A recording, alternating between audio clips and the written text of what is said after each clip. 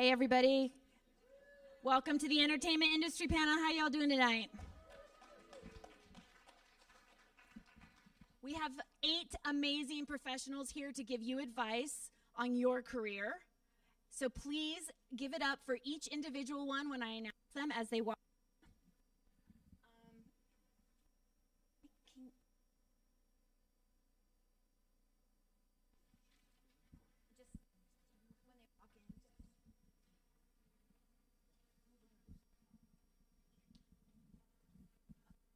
Our first professional is Mr. Mike Guido, is a successful stage and speaker who has made 8 national TV appearances, including Showtime, MTV, VH1, A&E. He has a comedy show, It Really Happened, which can be heard regularly on Sirius XM satellite radio. He also has a deal to film and broadcast his one-person stage show, The Maria Effect, for the Autism Channel. Welcome, Mike Guido.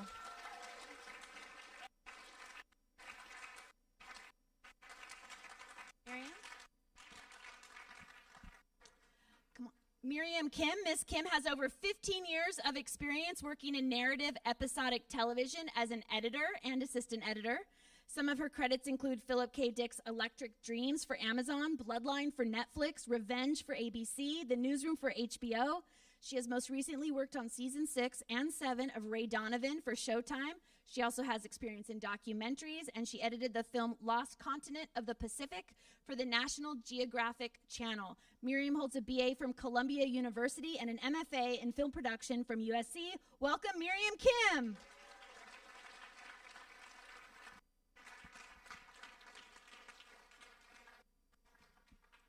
Mr. Keene has directed 14 short films, some as short as 5 seconds, as well as 2 seasons of a web series.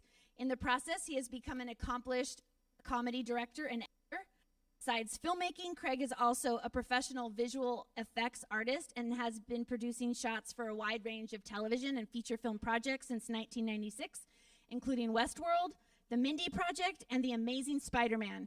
He also has been teaching a cinematography for visual effects class at the, Noman School of Visual Effects in Hollywood, California, periodically since 2014. Please welcome Craig Keene.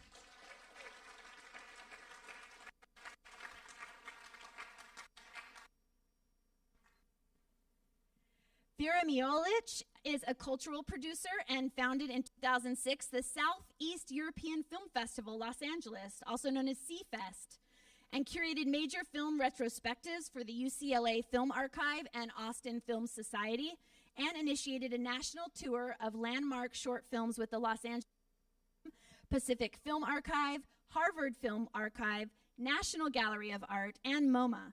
She has received multiple recognitions from the California County and City of Los Angeles and the 28th Women in Leadership Award from the City of West Hollywood. Vera also works as creative advisor for independent filmmakers, guest lectures at universities, and produces scores of industry events, workshops, festival trailers, and panels. Please welcome Vera Miolich.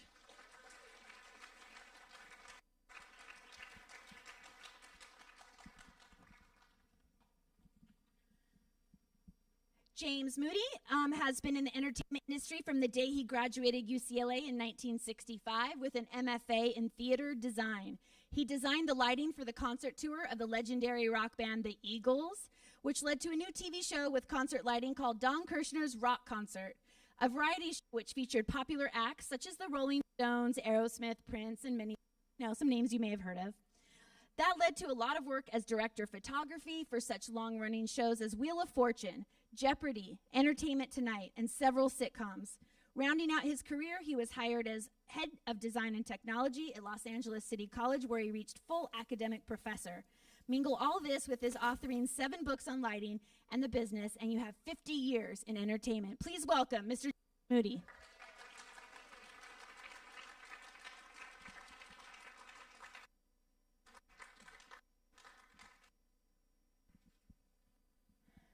Kelly Mooney. Miss Mooney has been producing television for more than 25 years and has worked in everything from talk shows, game shows, and lifestyle to reality, development, and she even spent time at a TV shopping network. While Kelly has worn many hats over the years, she stumbled into casting 14 years ago when she was hired as a casting producer on the 3rd season of Extreme Makeover Home Edition. That's where she discovered that as a casting producer, she gets to wear all of her hats at once: writer, director, producer, editor, and very often therapist. Whether she's casting kids for a baking competition or families in the need of a home makeover, Kelly's forte is digging the story out of real people and helping those people tell that story. Please welcome Kelly Mooney.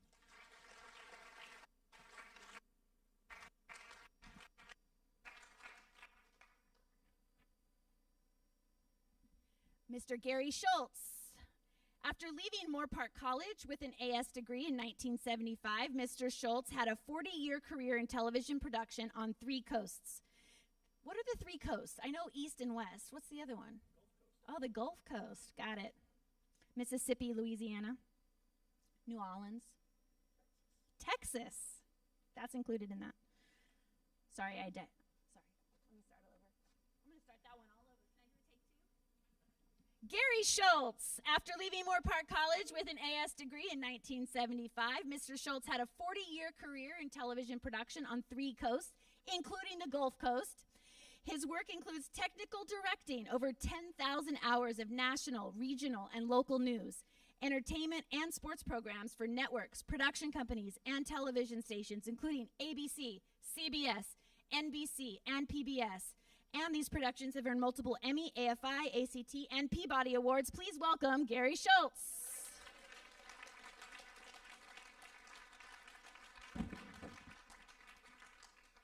Michael Simon, throughout his 25-plus year career, multiple award-winning director, Mr. Simon has helmed shows with a combined viewership in the hundreds of millions. Simon has directed some of the most iconic moments on television in the last 15 years, from Whitney Houston's incredible version of I Will Always Love You. I'm a singer, can you tell? On VH1's Divas Live, to his pioneering use of cameras on VH1's Storytellers and America's Best Dance Crew, Simon redefined the aesthetic of the clip show with MTV's sensation Ridiculousness, seasons 1 through 16, right? 17 seasons, that's amazing.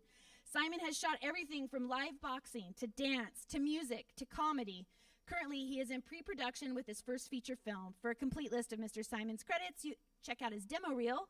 You should see what demo reels look like, too. Check it out for that reason. MichaelASimon.com. Please welcome Michael Simon.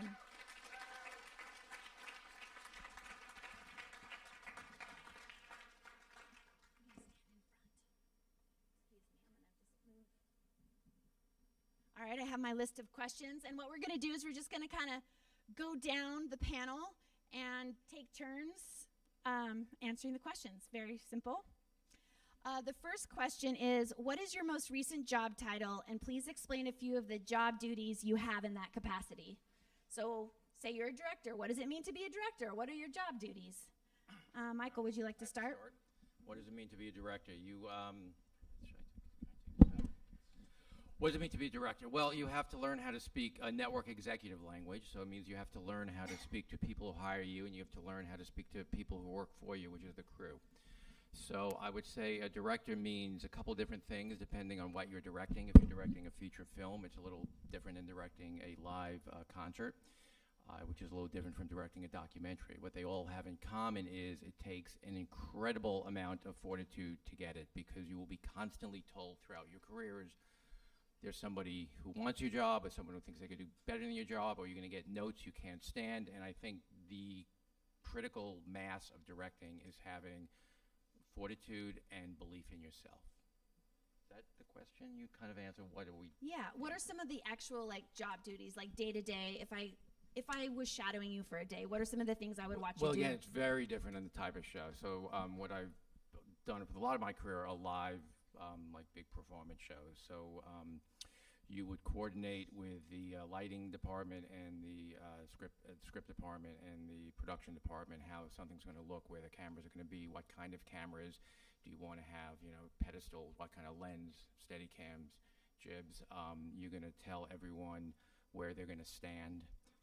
You're going to have to coordinate with writers who are going to obviously tell talent what to say. You're going to have to coordinate with producers who are going to tell you to do it faster and rehearse less. It's really coordinating. You really have to be able to understand what everybody on a crew does. You're not going to ever be able to do it as well as they do. I'm never going to be able to tell a Steadicam operator, gee, I can operate that Steadicam better than you can, because you won't be able to. But you better know what you want from them, and you better be able to learn their language so they can understand what you want. Because one of the big mistakes directors make, and again, I don't know if I'm answering your question, what you do, but what you have to do is people aren't going to be able to read your mind. You have to be able to articulate what you want them to do and what can be done. And then live within budgets, which is something you will find throughout your careers.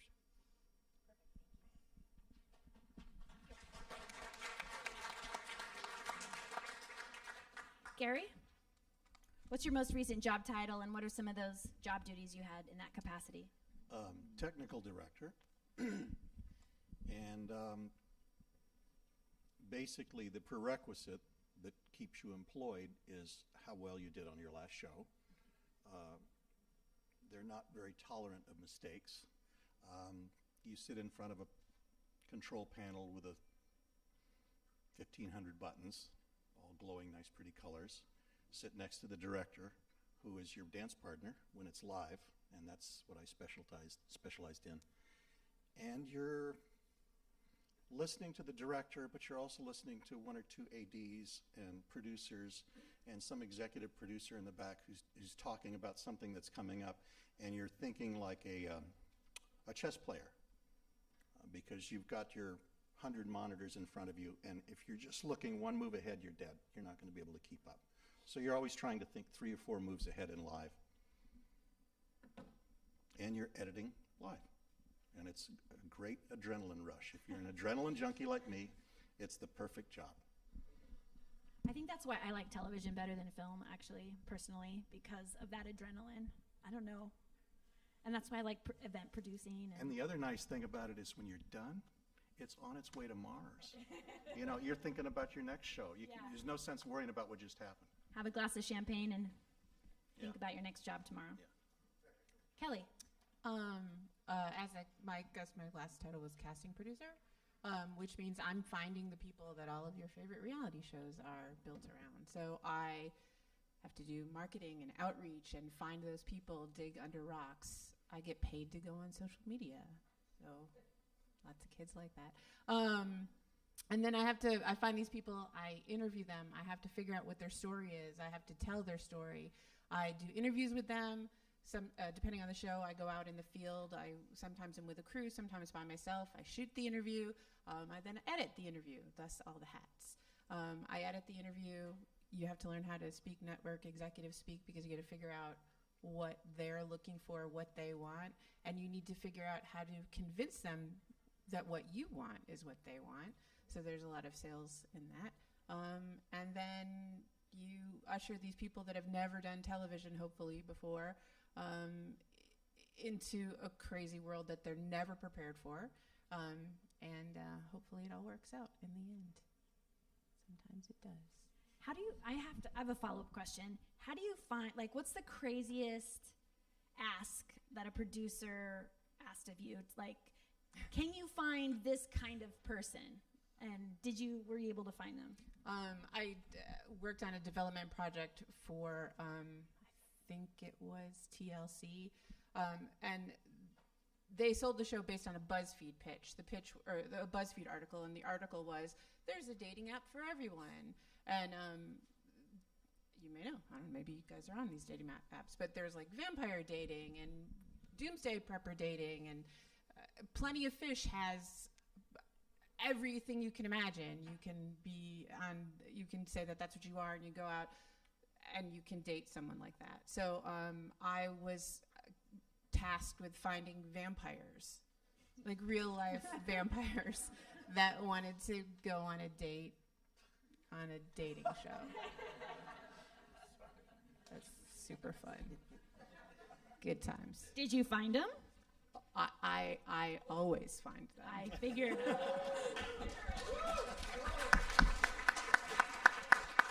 The show did not go.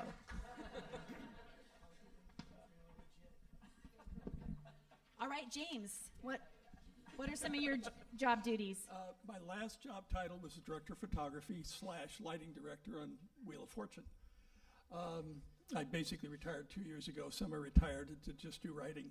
So I'm an author now instead of anything else. First, what was the question? What are some of the job duties of a DP on a show like that? Well, it's really different than in film. Okay, DP in film is really the right-hand man of the director and basically interprets what the director is asking in the lighting and the camera movement and all those areas. In television, it's a little more segregated. I don't really operate the cameras as far as telling them what to do. That's usually worked out by the director, and to some extent the TD enters into a lot of that. So my job is mostly about the lighting and dealing with the talent. I find in my job, not necessarily want to be friends with them, but at the same time you have to get their trust that you're going to make them look as good as you possibly can, especially the women, no offense. Sometimes the men more so. I could mention several that were more concerned with their looks than the women were. But between those two things, handling the lighting crew, the gaffer and the foul spot operators and the electricians, it goes down to designing the show. So that's basically a theater trait of learning how to draft and present the plans to the rental companies or to the studio. Okay, I have a follow-up question for you. How do you make a woman, say in her 40s, maybe like a white lady, kind of look really good? Glasses, wears it all black. Gee, several 40-year-olds like Vanna White was really easy to do with Vanna, but Mary Hart on Entertainment Tonight years ago was a little more difficult because actually her male partner was a little more hard. It was even harder to please. Mr. Tesh? Yes. I wasn't going to say that, but it's learning how to light, and especially in close-up, and yet at the same time you have to plan for the wide shot.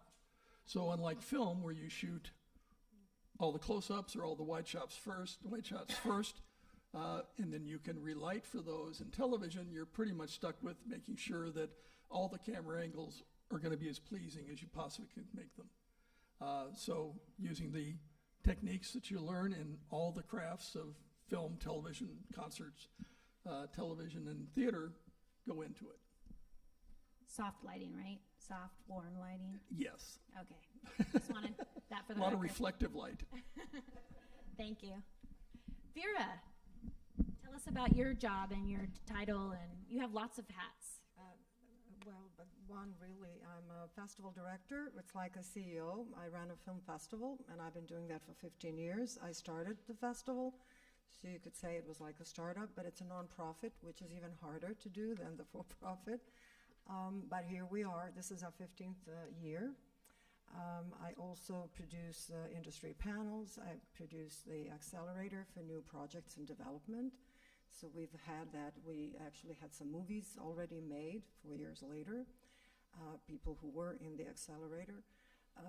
So it's really, because it's a nonprofit, it's a volunteer-driven, so we have a lot of volunteers, people like you, a lot of students, not necessarily from film schools, but all kinds of, history departments are very popular. I mean, students are interested in our festival. So what you do for a festival, you watch a lot of movies. You have to follow what's going on because we show films from outside of the U.S., from 18 countries. We all have to know what's going on outside of the U.S. and also here. I have a big programming team, about 4 people for each category. We're a competition festival. So we have a programming team that very democratically selects movies. And of course the films are juried. We have to produce it. So I'm really acting more like a producer in addition to my artistic duties, which means selling. And I think that's a very important skill to have. You have to sell, just like you pitch your film, I have to pitch my festival to sponsors, to filmmakers, to also, of course, get to the point where we are prestigious festival for them to send the movies. So I just had a young Turkish filmmaker who got a student Oscar last year. So I approached him and I said, well, congratulations, would love to show you a film. So he responds to me, he says, well, I've checked your festival and it's okay, I'm sending you my film.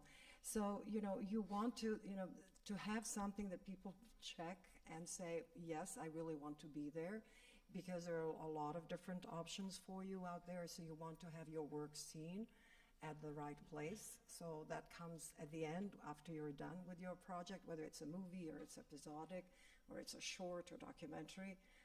The festival strategy is very important because you have to choose, and that's one of the things that I've done before. I don't do that anymore because it's a lot of work to advise on festival strategy for filmmakers.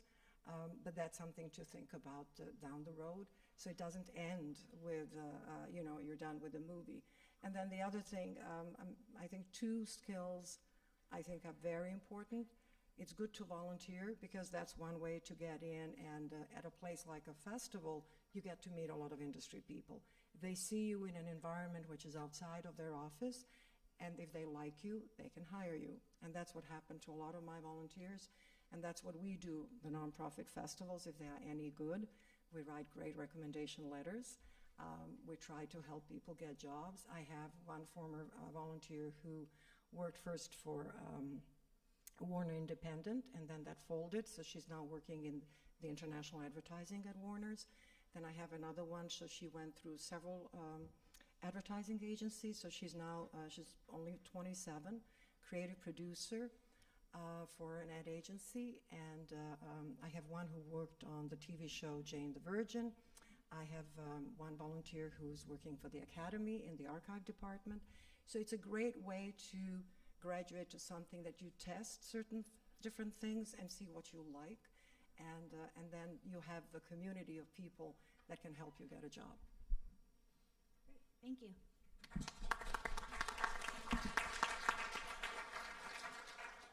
Craig, tell us about your job title and what that means. So I've had the same job title since 1996, which is Visual Effects Compositor.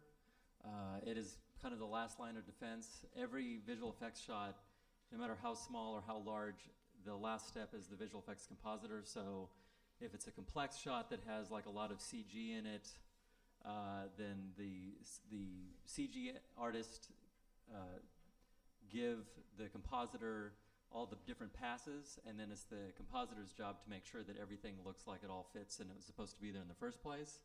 If it's a smaller job, there's a lot of what's called invisible effects that are being done, a ton of work that's being called invisible effects. For example, beauty fixes. If a actress was a little, or actor was a little stressed that day and has a blemish, then we get rid of those. So those are pretty quick. And that's something typically that a compositor does because it's a very straightforward, straightforward, simple, quick process. But it also entails, so you typically, I would get assigned a shot, and if there are any elements that come from other people, then I make sure that I have all the elements that I need. I finish the shot and I send it to my supervisor. My supervisor looks at it and determines whether or not it's at the stage where they show it to the client. And then the client looks at it, and then when the client looks at it, the network has to approve it, and so when everybody approves it, then it's finaled until it's unfinaled, which does happen, and then, so that's pretty much, I think that pretty much explains it. But it has to do with my job is to make it look like nothing was done with the shot, unless, of course, there's a dragon in it. But the dragon needs to look like it was actually there.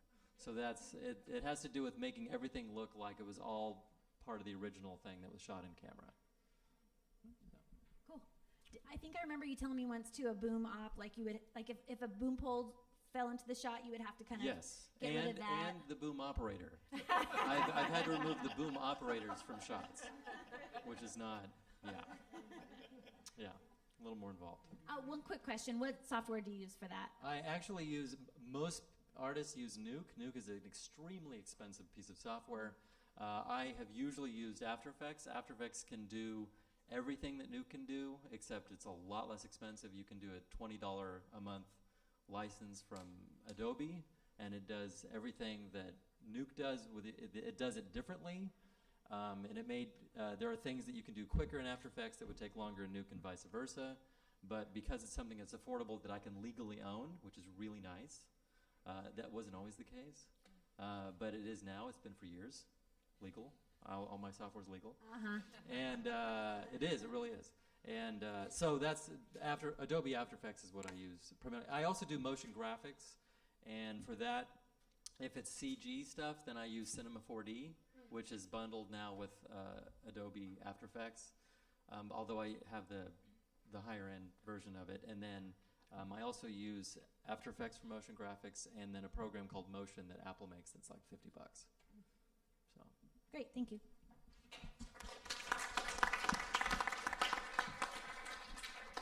Miriam, tell us about your job. So I work as a TV editor, and so what we do is we get the footage from the set. Usually the way that it happens in television, it's almost a little bit structured like factory work because the turnaround is so quick. So we would be getting whatever dailies were shot the day before and be editing that as the shooting goes along. And by the time that they were done with the shooting for an episode, which depending on the budget and how complicated the shoot is, can be anything between, in my experience, 7 to 20 days.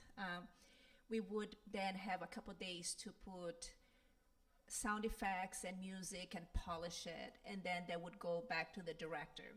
The director would look at the editor's cut and give his or her notes.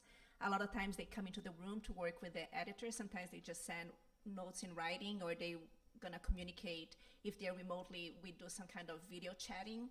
And according to the Director Guild's rules, the director has up to 4 days to work with the editor and then turn over their version of the show to the producers. So it's kind of like everybody's passing the baton on and kind of improving on to the original version that we did. So then after the director works on it, then the producers would do their pass, and then that would go to the network.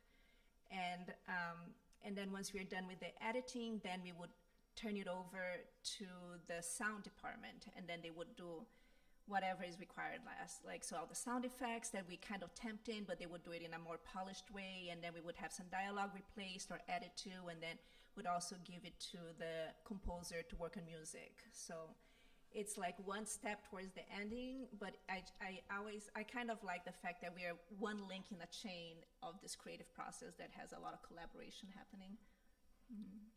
So I have a question.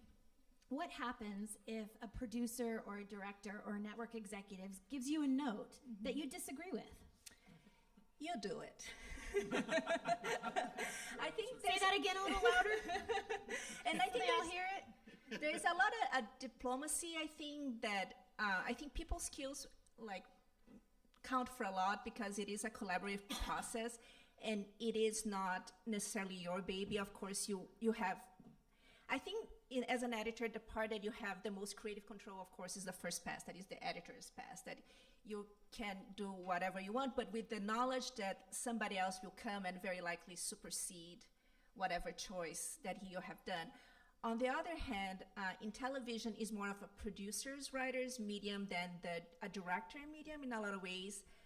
The directors tend to be for hire, so you don't get a lot of the same directors coming in. Every episode is directed by somebody different, and the producers is usually who have the vision for the show.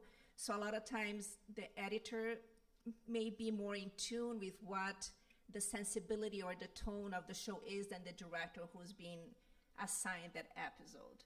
And a lot of times what happens then is that so the director will come in and may say, this is not what I had in mind at all, let's just do it completely different. And you do it, but then a producer might see the director's cut and say, can I see the editor's cut? And if the editor's cut is closer to the producer's vision, then they might work out of that and completely discard the director's cut. So that happens too. But there is a lot of, like I said, diplomacy that you may want something very different and you may not express it right away, or you just may express it as your opinion, but just trying to navigate that and how to be in a room with people and fulfill different needs I think is a big part of the job. Great. Thank you, Miriam. Mike.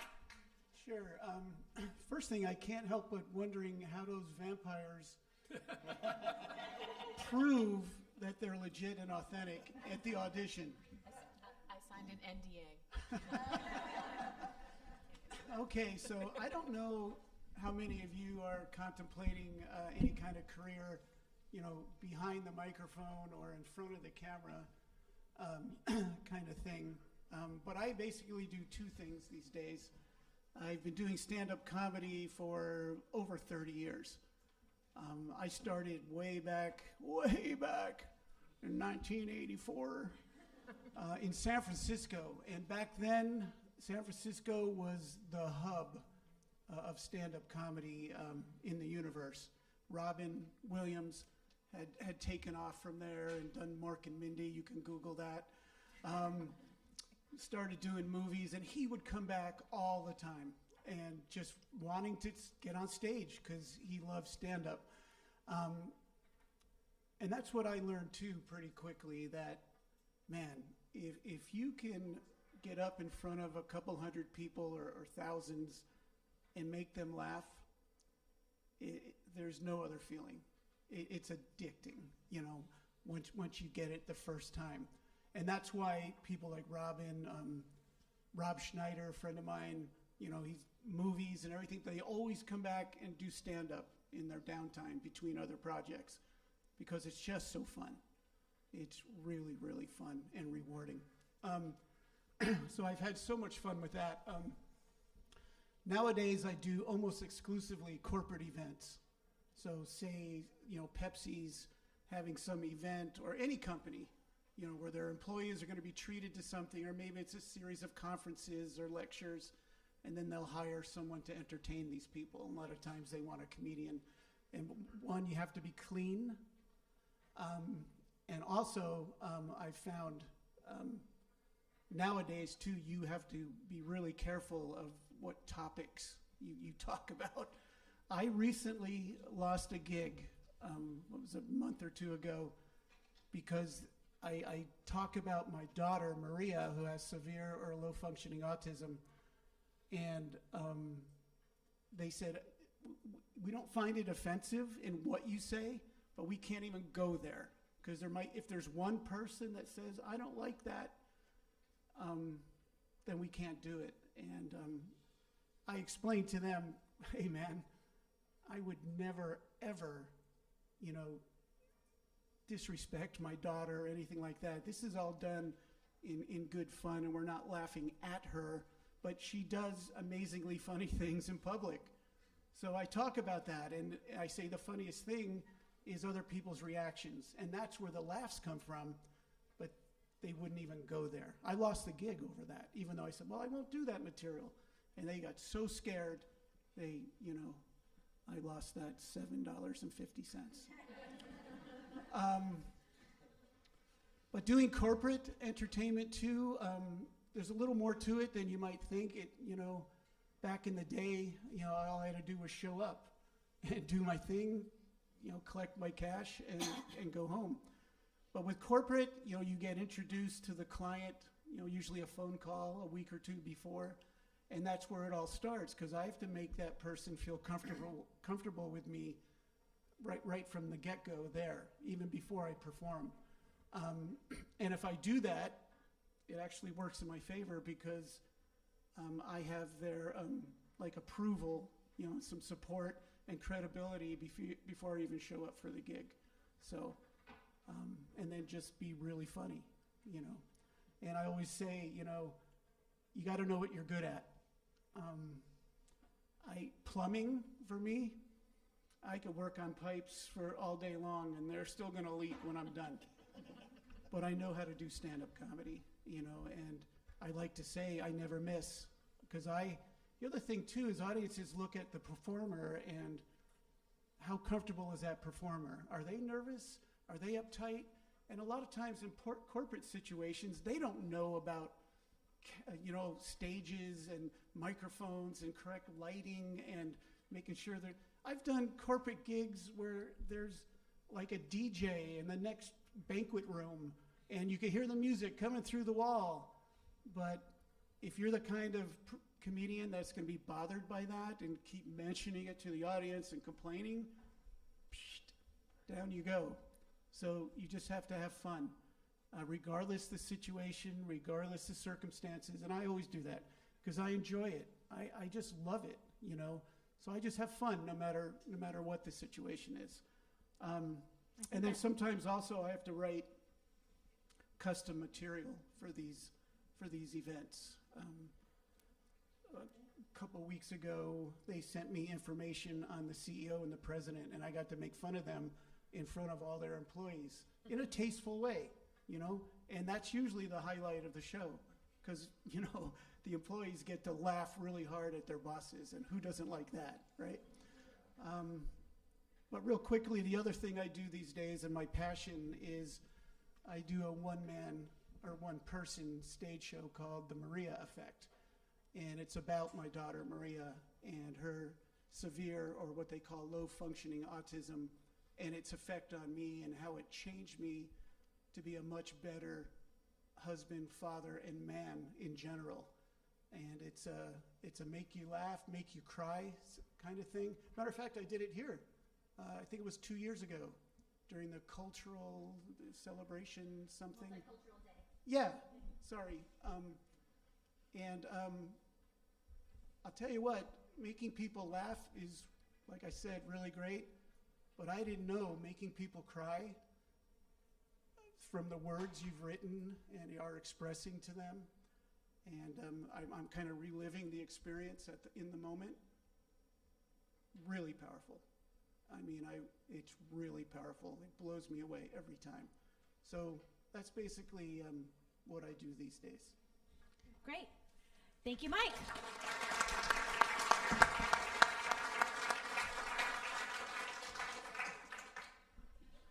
So the next question I have for everybody on the panel is, we understand everybody has to either know somebody or have a special talent to get their first job, but what do you think set yourself apart from all the other competitors for that first job? Like, how did you get that first job? Michael. I look much younger, but that would be the 80s, so I'm trying to remember how I got my first job and what set me apart. Arrogance. Some people say it's their master's degree, or no, maybe it was they not know my somebody. master's degree because I don't have a master's degree. I don't think it was my bachelor's from George Washington University either. What was it? I was station manager of my college radio station. Do they have college radio here? we do. Well, you should all join. KNCJ. You should all go join your college radio station. It'll be the best days of your life. So my first job was with, my first paying job in this industry was ABC Sports. And I was a runner, what's called a runner, on Monday Night Football. And I got to be yelled at by a producer and a director a lot. And I oddly enjoyed it. And I think I got it because, why did I get it? Sounds like Chet 40. It was, exactly. I worked with him too. I would say what he said to me, but I don't think I can use Once that you get in language. the industry, it does become a small world. Yeah, It's amazing, isn't it? It does. So I'm going to answer this slightly differently. I'm just going to, about first jobs. I hire a development assistant because I develop a lot of things in addition to my directing stuff. It was like a development assistant, personal assistant person. And last time I put an ad out on a thing called entertainmentcareers.net, and I got 147 resumes sent. I literally started the ad by saying, I do not send in a resume saying to whom this may concern. It only concerns me and maybe my dog Phoebe. And I counted, because the assistant was leaving, I said, I'm just curious, how many still put the letter to whom it may concern? Because obviously they didn't see it and people just applied. So I think in getting your first job is be creative and be confident. And I think that's what it was. You know, it was very different getting a job in 1983 or 4. And it was, typing out a resume and dropping it off someone. But, and knowing people. And that I think that's the key. So as far as I remember, that was my first job.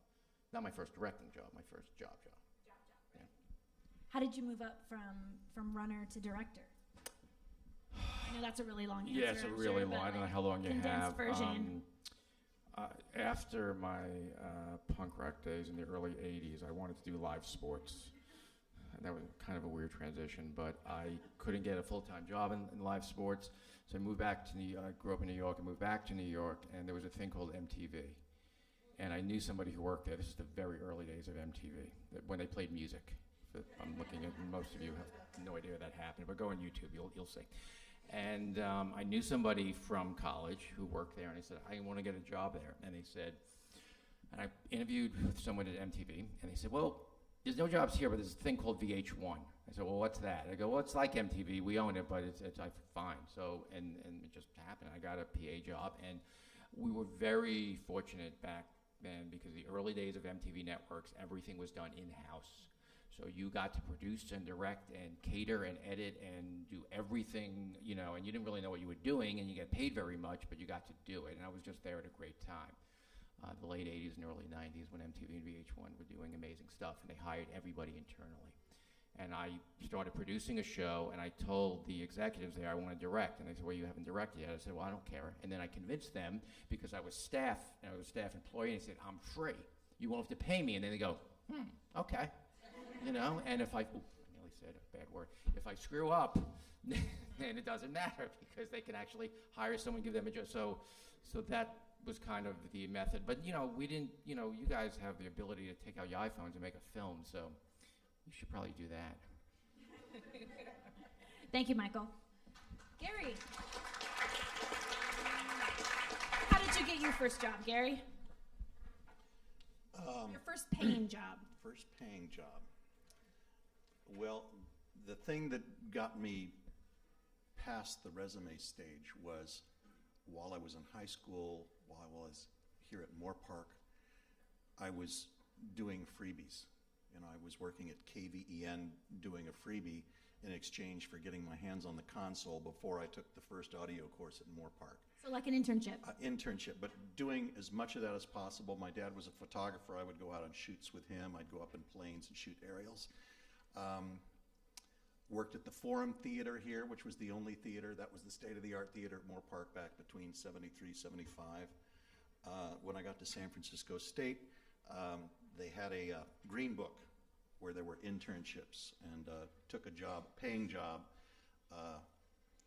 doing a documentary series on criminal law, because back then it was Carter in the White House, and a lot of police departments were getting their cases thrown out in court, and they had this huge program to build documentaries. We would go out in real courtrooms, real lawyers, go up in real helicopters and do chase scenes with police cars, and actually put something on tape.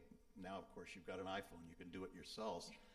But doing all of that stuff while I was in school, and then having that experience before everybody graduates and looking for experience at the same time. And then it was going down to the library, grabbing broadcasting yearbook, getting the names and contact numbers at TV stations, looking at Broadcasting Magazine and looking for ads and sending out resumes and getting the first job. And then jumping into the director's chair was when the regular director was feeling sick, and he turns to me and says, "Can you do it?" And I said, "Yeah." And I can't say enough about not only getting experience, but having the courage for when you get that break, recognizing that you're ready and jumping in. When I was working. Is anybody really ready, though? Can we just all say, yeah, we're ready, and jump in? There's just sort of a gut feeling you have. After I'd been TDing for a while on the Gulf Coast and the East Coast, I was the new kid in San Francisco at the ABC O&O there. And back then, all the TDs were in their 40s, 50s, 60s. They didn't trust anybody in their 20s to do anything. And back then, under the old TV system, you had to learn every job. You had to master audio, lighting, camera, everything. And then they'd give you a shot. But they had just put in their first complex switcher. It was a Vital switcher with squeeze zoom. It goes way before you guys. But suddenly the seniority system of TDs went out the window because they couldn't run these things. And I had done those on the East Coast, so they said, well, we're going to give you training. We're not really sure. You're awfully young. I think I was 25, 26. And I went into the manager on my second day of training and said, let me do a segment. If I had screwed up, I never would have been allowed to do it again. So far, there's 2 of these. I want to direct, let me do a segment, going after what you want. Exactly. Knowing you're ready, and then jumping in and get the butterflies, just the red light goes on, and it separates the kids from the grown-ups. Great. Thank you, Gary. Kelly. I broke my name. So I lied. That's how I got my first job. Tell us about it. I moved to LA. I didn't know a soul. I didn't know, and this was a long time ago, before like the internet and all of those things. Somebody told me to go to a temp agency. The temp agency fed to the studios. So I went to the temp agency. I filled it all out. Whatever. They called me the next day and they said, "Do you know Excel?" And I didn't even know what that meant. And I was like, "Oh yeah, totally. I know Excel." And I went to my downstairs neighbor and I said, "Do you know what Excel is?" And they said, "Oh, I have this videotape. It's like this thing you stick into a machine that teaches you Excel that they had bought off the television or something." And so I watched it. I had never owned a computer. I had barely ever used a computer because, again, I'm very old. And I watched a video to teach me how to use Excel, and I got sent to the office of the vice president of production for what used to be Buena Vista Television, and he needed somebody that could do his call sheets, figure out his budgets, not figure out his budgets, but everything was in Excel. And I lied and said I knew it, and I watched the video, and his regular assistant had left because she had a nervous breakdown, and it was warranted. And I lied and said I knew Excel, and because I could immediately jump in and change the call sheets and put his Palm Pilot into the, he eventually hired me. And from there, I got hired on productions, and the rest is history. But yeah, I lied. So when you said, "Can you just say you're ready?" Yeah, you can. Awesome. Don't you, tell Kelly. your mom I said that. Thank you, Kelly. James, how'd you get your first job? Okay, everybody say after me, I can do this job. Just what she said. You have to, and the second line to know is, I can get fired, and who cares? You don't, because you're going to go on to your next job. This is a freelance world mostly. It's very unusual to be able to get a staff job in just the pure numbers.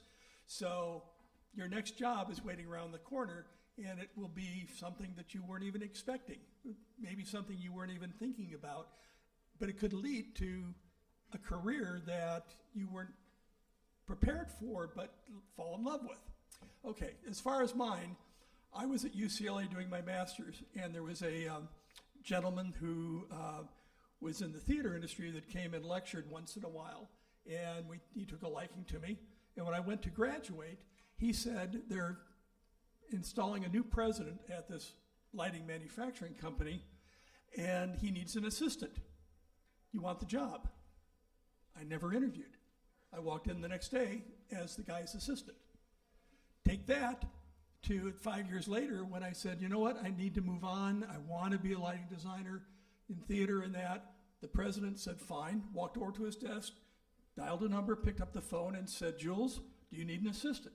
Jules was Jules Fisher, who did Hair, Jesus Christ Superstar, quite a few shows to say the least, that won a lot of awards.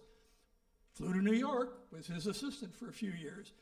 Jules had a habit of only keeping an assistant for a couple of years, so I came back to LA and fell into concert lighting. Again, by somebody saying, we need somebody to do it.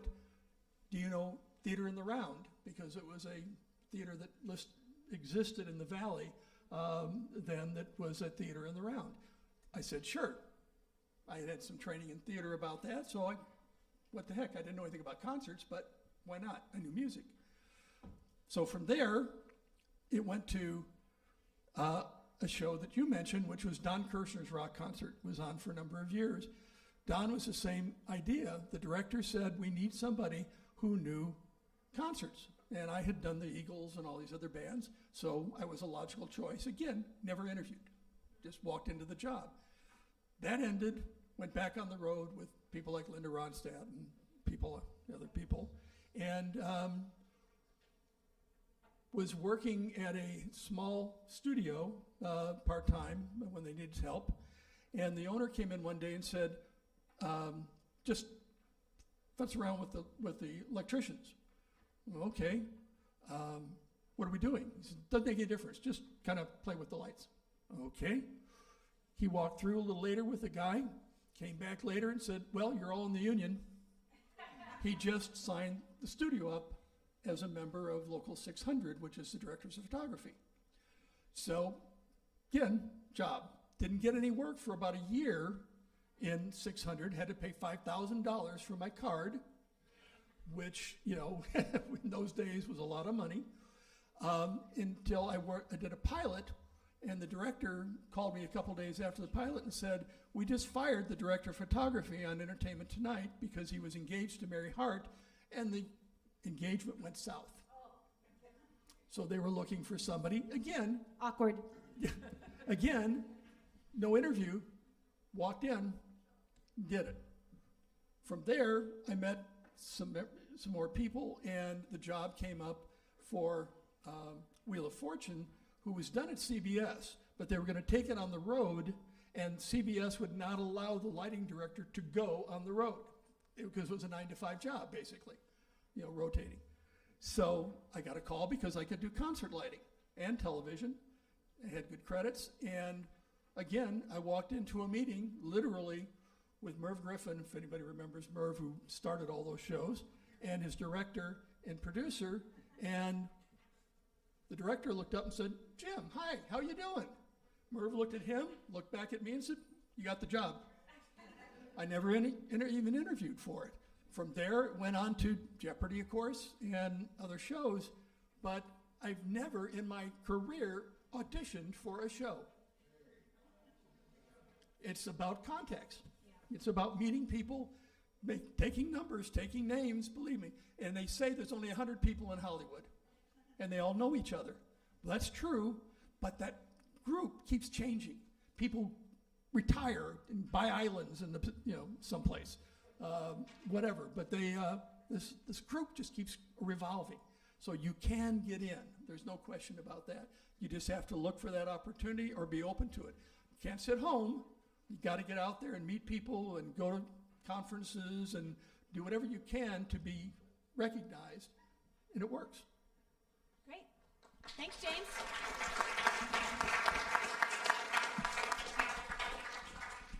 Vera, how did you get your first job? Well, it's a little bit different because my first job was not in the U.S. It was in my country, which used to be Yugoslavia. So my first job was as a journalist. I was a film critic, but it came because I was always a writer.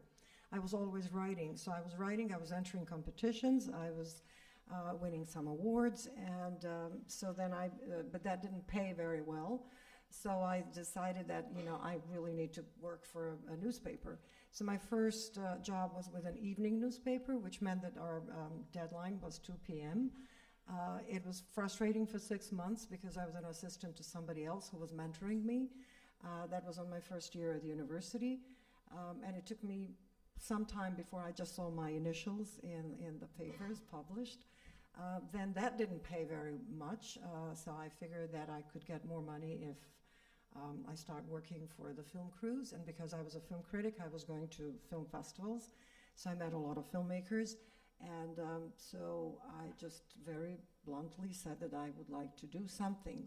What, I didn't know. So I said, well, what can you do? I said, well, I can do anything. So I was a production secretary for some movies. Then I was working as a PA. Then I was mostly working, and what I loved the most was production design, because we would go location scouting, and I've only worked on international productions that were shooting in Europe at the time, and they still do that type of thing because it's cheaper, and the crews are very professional. So we would go scouting, which was a lot of fun, and then I would be helping the production designers when they were doing the breakdowns. So eventually I learned how to do breakdowns myself, and so that really, that's what it was. But I think that for me, what really worked throughout my life was writing, reading, learning, being next to people from whom I could learn. I have to say I had wonderful mentors, which is why maybe I think that I should do the same thing, and I enjoy mentoring. But I had absolutely wonderful people who guided me through different phases of my careers, who had patience with me, because I am impatient and I want to move on and move on and move on. But in the end, I think you create your own opportunities. Here in the US, I mean, I started a film festival from nothing. I used my credit card to incorporate. I applied for the nonprofit status. I recruited people for the board and started really from nothing, and everybody told me that I was crazy. So I loved it. I knew what I was doing. I was prepared to take the risk because I wanted to create something that is mine, that I would, although it's a nonprofit, so I don't own it, of course, and I don't want to own anything, but I want to work with creative people. For me, the trick is really working with artists. Creative people, no matter what it is that they do, that's for me, that's my tribe. I love that. I love people who are very opinionated, who are creative, who come up with ideas, and I wanted to, be at the center of that little hub where such people come and discuss and create some other things. So now it's 15 years later, that's really what it is. And there's really nothing else that I would like to do. I'm doing exactly what I like, and I would just like to write more, and that takes time. So that's the only other thing. Thank you, Vera. Craig, how did you get your first job? My visual effects career started on a lie, which I don't actually advise. Don't lie about the software that you don't know. But in my case, it worked because it was 1996, and I was hired. It was 1996, and the job was the assistant to visual effects producers, and I knew, shockingly, I knew someone that worked there. People and he said, do you know how to use a computer? And I had been using computers since 1979, so I felt confident in that. And on my first day on the job, I walked into the CG department, and there was an intern that was using Photoshop, and I had taught myself Photoshop back in 1992. Back then there was one undo, no layers, so you can imagine what that was. There was like 50 versions of things, of file versions, and he had a question, and I answered the question, and the CG supervisor said, "Do you know Photoshop? Because most people off the street don't know Photoshop." And I said, "Yes." And he said, "I know you just got hired to basically answer phones, but would you rather work in here?" And I said, "Yes." And they let me go out of that, being the assistant, and then a couple weeks into the job, the visual effects supervisor said, "Do you know After Effects?" And I said, "Yeah, I know After Effects." And I had never launched it, but I figured it was Photoshop with frames, which it is not. And but they were like, things are slow, so just however long it takes you to do these shots is fine. Which that usually you never hear that anymore. And so I taught myself After Effects, and that pretty much 24 years later, I'm still using After Effects. So I don't recommend lying about visual effects software that you don't know, because we had a person come in who said that they could do wire removal. This was like in late 90s, and they had 7 shots to do, and we were leaving in the evening. And when we came back the next morning, he had 7 shots. He needed to remove this wire, and when we came back in, he was like sweating.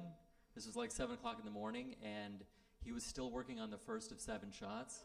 And we assumed he was going to do it like everyone else in After Effects, but he was doing it in Photoshop. So he would load a frame in, remove it, and then it just looked like garbage. And the supervisor came in and said, you do realize we're not going to pay you for anything. And he goes, I understand. And then he left, and then we never saw him again. So, that was it. He's probably like some big-time director now. I doubt it. Yeah. I doubt it. Oh, but I want to actually, you asked a question, have you ever not done something that somebody told you to do? Yeah. On occasion, I will get asked to do something that defies the laws of everything in reality, but it's supposed to look real, and so I will flag it, and I will say to my supervisor, this makes no sense whatsoever. There's no reality unless, like, for example, there was a shot where this woman was looking out of a window of a two-story house, and she was looking straight out the window, and the reflection was the ground floor. So I said, is the house tilted so that it's like at an angle? And they're like, I know, it doesn't make sense. And then the next shot, literally the reflection had a camera pan, even though the shot was static. So I said, is the house bending? I said, this, I will do this, but I'm just letting you know this should not be approved. And they said they want it that way, and I did it, and it aired. So I will not say what show it was, but it was a major network show. And it aired? It aired. It aired that way. Yeah. And it wasn't like some sci-fi. It was like a big network show. It was a drama. Come on, tell us. No, you don't have to. I'm joking. I don't think I should. Can Thank you, Craig. Can I butt in? It just reminds me of another story. Wait, let's give Craig a round of applause for this. There's another way, rather than saying no. I had this hugely egotistical director when I was doing post-production on a CMX system. And he says, I want you to, I like the edit, but would you move the A in point, the out point 5 frames, and move the B point back 3 frames? And I said, okay. And CMX, you're typing all these numbers, and I type in, push it, and he said, much better. It was the exact same edit. And you figure out real fast who the bullshit artists are, and then you just ignore them. Awesome. Miriam, how did you get your first job? So my very first job out of film school was something that a lot of people were doing when I finished film school, which was doing DVD quality control, which was basically watching for video hits. We would get like the prototype of whatever DVD, and you just watch it over and over. It's like, oh, there's a mistake here, and we would have to take the time code. So it was a very tedious job. And one skill that I knew I had from film school was knowing the Avid. So, but I didn't have the credits, and it's a question that comes very often when you're starting out. It's like, well, but what is your experience? And in order to get that, what I did, I worked during the day at the DVD quality control place, and I started working for free in the evening as an assistant editor so that I could build up my resume. And based on that, I got my first paying job. And you use Avid Media Composer? Yes. I know that there's some productions that, I mean, at some point, Final Cut was a thing, and then now there are a few that use Premiere, but I still think that the industry standard, excuse me, is the Avid. And for the bigger productions, that's what we use. Yeah. Great. Thank you, Miriam.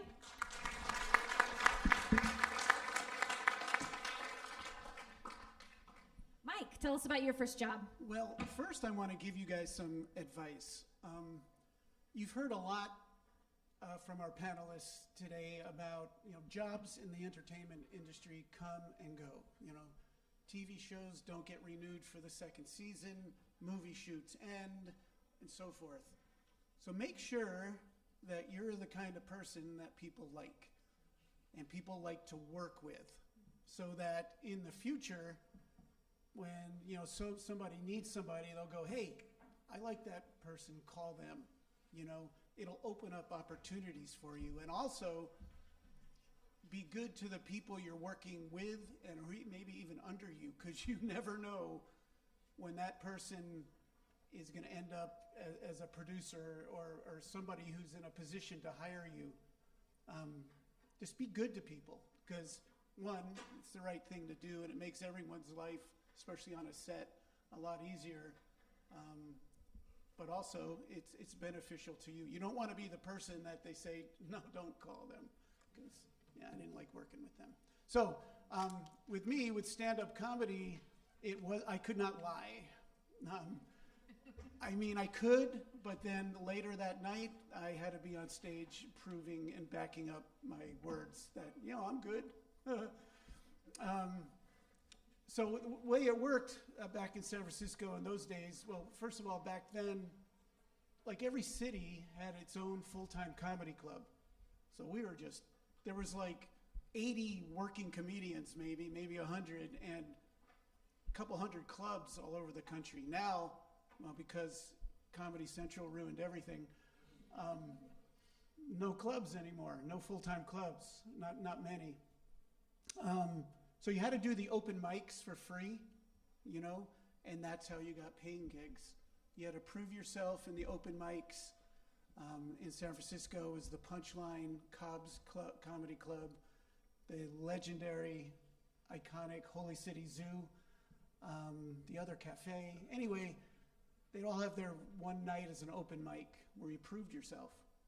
And that's where, the club owner or the person who books that club would see you and finally say, hey, you want to do a week? You could be an opening act, an MC, And, when that happened for me, that was the greatest thing, to start getting paid.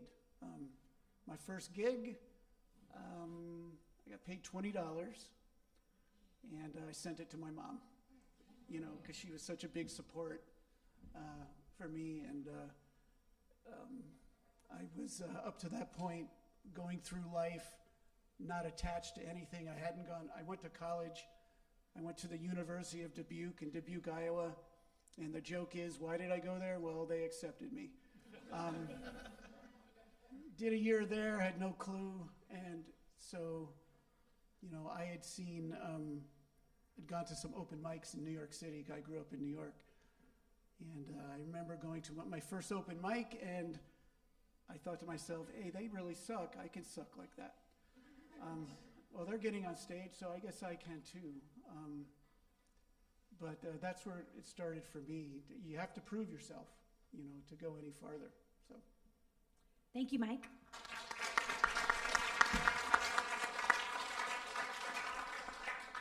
So I don't know about you guys, but I detect some themes around this. Do y'all detect some themes? There's some lying happening. There's some making their own situations, right? They're making their own circumstances. They're asking, say, hey, I want to do this. What can I do to be a director? What can I do to be a technical director? They're not just sitting back waiting for somebody to hand them something, right? They're going after it. They're working for free, right? They're making their own companies. So lots of going after what you want and doing whatever you can to get it, and not just sitting back waiting for somebody to hand something to you. So thank you guys for that. That's awesome.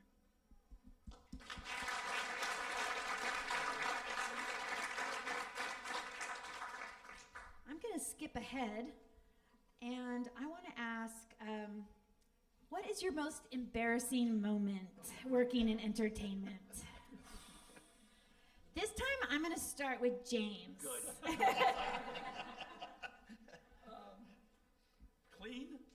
Clean. Is everybody here 18? No, Yeah? I was joking. Okay, you can be dirty. Go ahead. I was just joking. Embarrassing moment.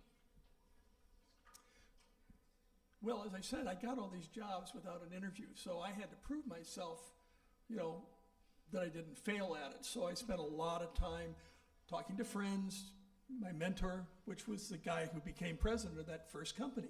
He's still my mentor today. That's a good point, too, is you need somebody to bounce ideas off of and what your goals are and what you're trying to get. Boy, that's hard. I really can't think of anything that was that embarrassing. I can come back to you if you want. Yeah, do. You need a minute? Okay. Vera, do you have an embarrassing moment? Well, it wasn't really embarrassing for me, but we had a guy who was at the time head of film finances, so he came over for the completion bond. And he was a wonderful fellow, and so we just all had a great time and so on. And then he was supposed to fly to the next, like let's say London or something. I don't remember what it was. But he had to go first to some other airport from Belgrade to something else and then London. And I can't remember why, but there was something wrong. The flight was canceled or whatever. So then some blizzard was happening. It was and everybody else from the crew, everybody was gone because everybody thought that he is on his way. So I was there, and I'm not, at that time, I was very young. You know, I wasn't a producer or the line producer. So here I am. I'm the only one who speaks English and speaks languages, and I understand where he's coming from. So there he is. So I'm stuck with this, big shot from LA. So what am I going to do with him? So my husband and I had a really crappy car, and we took this guy who was very big into our little tiny car that was just, clanky all the way. So we tell him and we got him on a train in Eastern Europe. So I was just I just was wondering, I knew that nothing bad will happen to him, but sort of like, he's not traveling by train.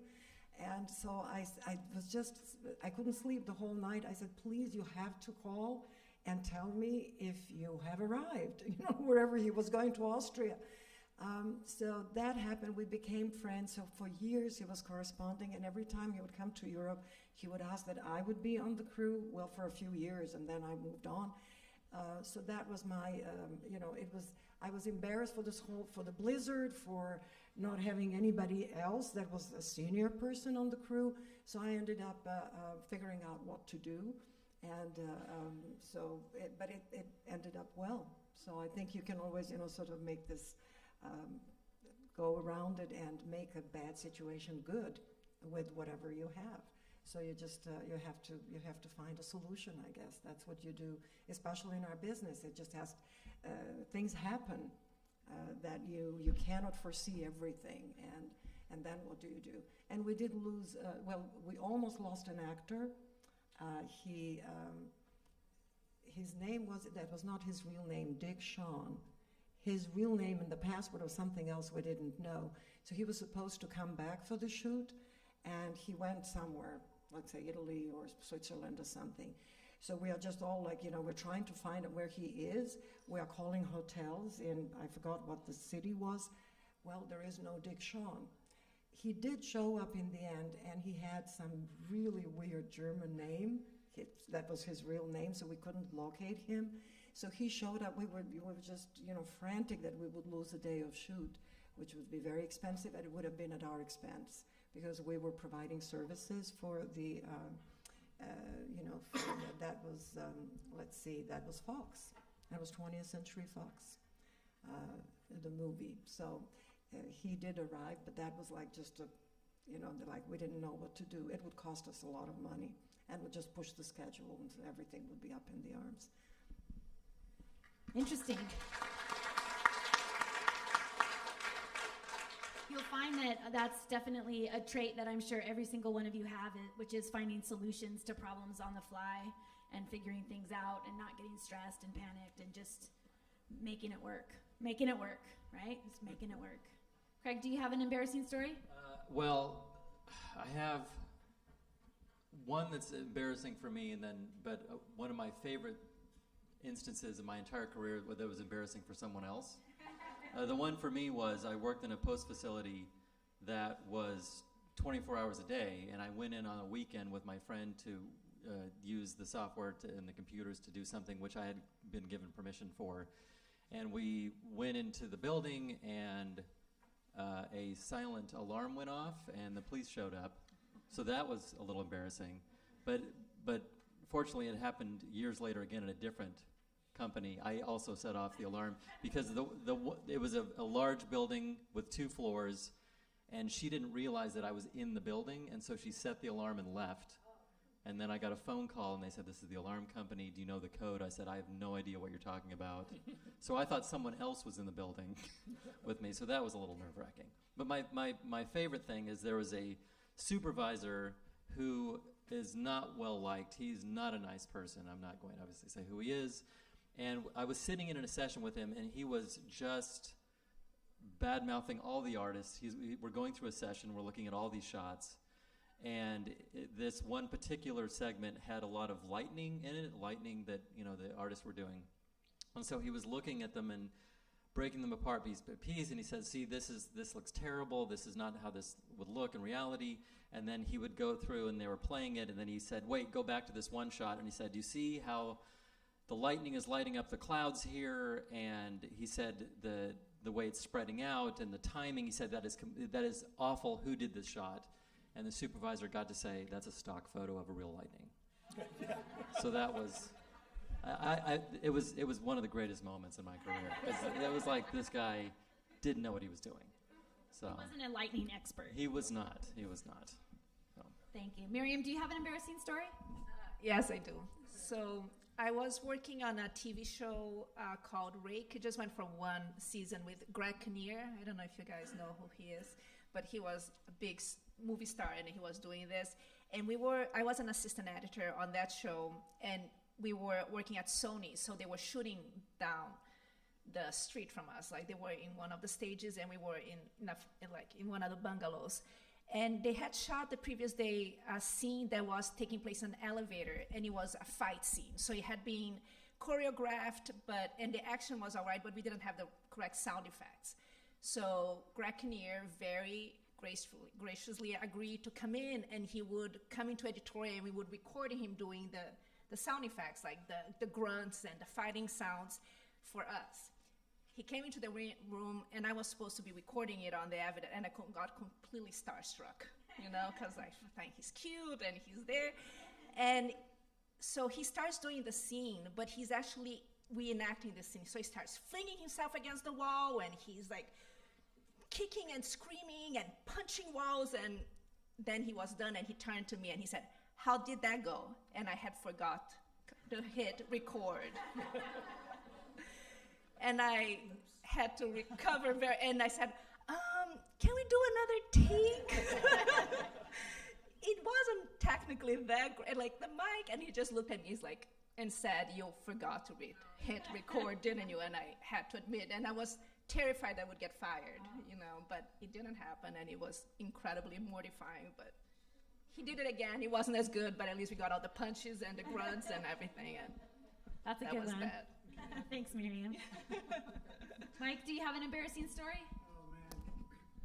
Well, my most embarrassing is in third grade when I pooped my pants. But you probably want to know about in the entertainment side of things. Well, that is entertaining, but go, yes, professionally. We had a terrible cafeteria in my grade school. Two, really. One was, oh my goodness, way back in the day. You guys know who Rob Schneider is? Yeah. So Schneider and I were doing at a high school to do stand-up for a battle of the bands.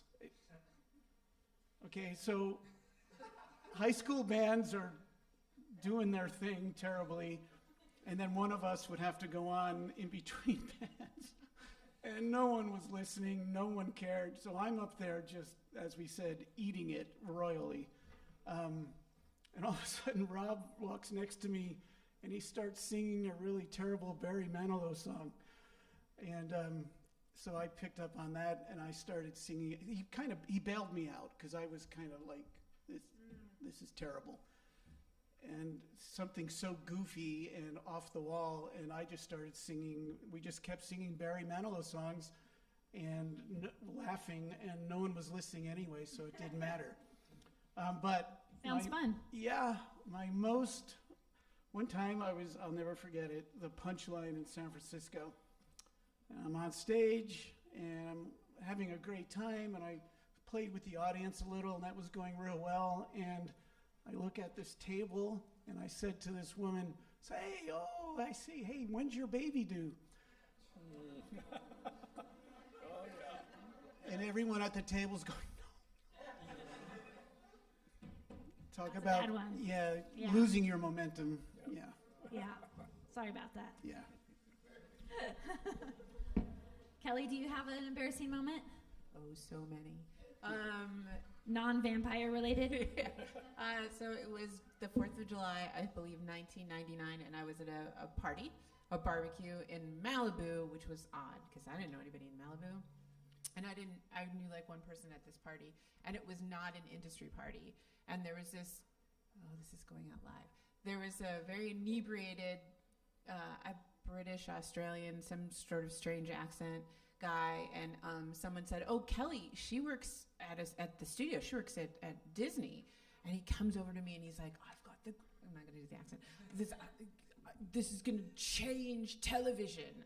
And I was like, "Oh, really?" And he's like, "Oh, it's the greatest." He's like, this was after he told me that the X Games were going to replace football. Like, no one would watch NFL anymore. It was all going to be X Games. And he said, it's the real world meets Lord of the Flies. And I'm like, you're drunk. Go away. You're stupid. Blah, blah, whatever. And I just could not. He would not stop talking about it. He would not leave me alone. I'm nobody. Leave me. I can't help you. A year later, my brother-in-law calls me and he said, "Kelly, you have to turn on the TV right now." And I'm like, "Why?" And he's like, "Turn on CBS." I'm like, "Okay, what is it?" And Survivor premiered that night, which I said was a stupid idea, and is now on its 20 millionth season. And That was Mike Burnett? Mark Burnett. Mark Burnett. Yep. Mark Burnett pitched Survivor to me, and I said that was dumb. So again, you should lie. Just tell them it was a good idea. That's all. Michael, didn't you work for Mark Burnett? Yes. No, I have two stories. One is embarrassing for an entire network, but this was embarrassing for me. So talking about Survivor. So I did 25 live Survivor finales. And there was one year where we did a very, very complicated transition from what they shot on the island to live, and different kind of cameras, and for some reason, I was fixated on doing it one way, and it was based on, have any of you watched Survivor? They have torches. I was based on the height of flame on this torch, and we rehearsed it 23 times, and it worked 14 times, and it was only like, I think, an audience of about 33 million with, the president of CBS and everyone in the control, and we rehearsed it, I'm fine. And it was a very weird day because you would rehearse it, and then they would have to run the show. So in a live show, usually, you would do like someone playing music. I feel like I'm under someone's scoring me. And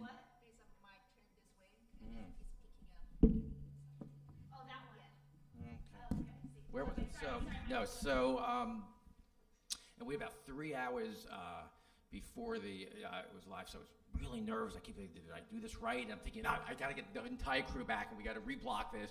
And they said, no, just do it this way. So we go, and the transition happens, and it's like butter. It is absolutely perfect. The 50-foot crane jib on the outside of CBS goes down perfectly. It hits, and Jeff Probst happens at the flame, and everything works great. And this is good. And this is live as it's happening, and okay, we've done this. I'm breathing again, and blah, blah, and now it's going to be the easy part of the show.